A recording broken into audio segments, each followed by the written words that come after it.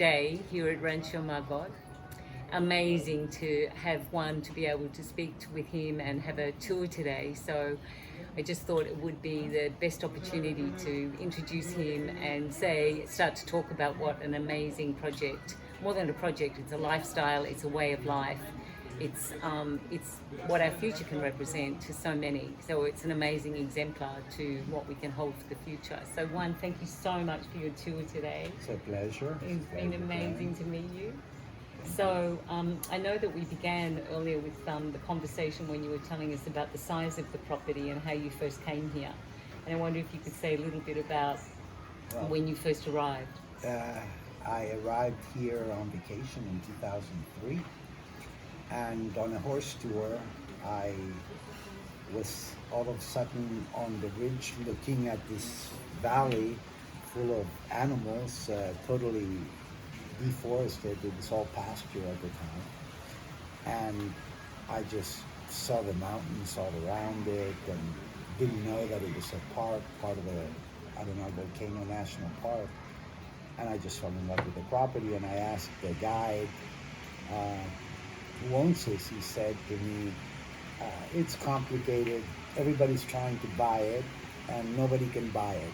So I looked at him and I said to him, I'm going to buy it and you're going to come and run it.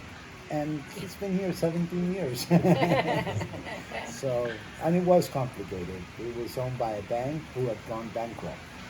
And it was being held very closely by people that were not very honest and were trying to hide the property and keep it for themselves.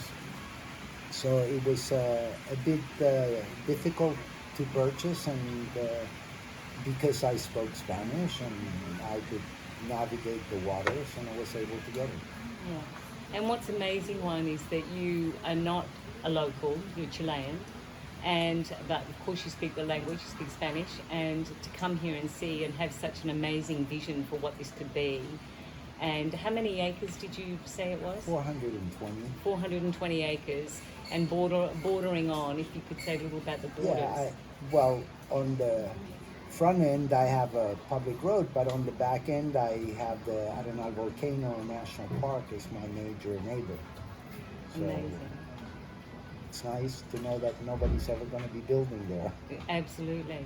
And today we've seen how you have built the entire site where people come to stay and they can learn, you do trainings, but what you're really a living example of how we can live sustainably, or not even sustainably, we can regenerate, because you've actually done that from grazing land.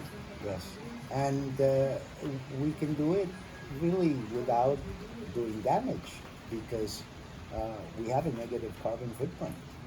So we are constantly doing better. We obviously do some things here that some people might not consider normal. I don't let my suppliers come in here. I tell them to all deliver in Fortuna, and we go in and pick up. We don't let people drive in here as they wish. So keep our footprint pretty low. Amazing. And I noticed today, as you've spoken about how you have fish on the property, you have pork, you have beef, you have chickens, all that are nurtured and nourished, but also you have amazing, you've built up also the indigenous plants that weren't here. We have a lot of plants that may not be indigenous, but they are now plants that have become part of the landscape. We didn't import any plants into this area, with one exception, that white ginger that I told you about. But all the plants were here, but they were not all native plants, and they had been imported before, and some of them people don't even know anymore where they came from. So they are indigenous and ubiquitous, but here they flourish in this environment. They grow to sizes that you don't typically see anywhere, because here it's just such a rich soil for these types of plants. Mm-hmm. fantastic. Pause there because of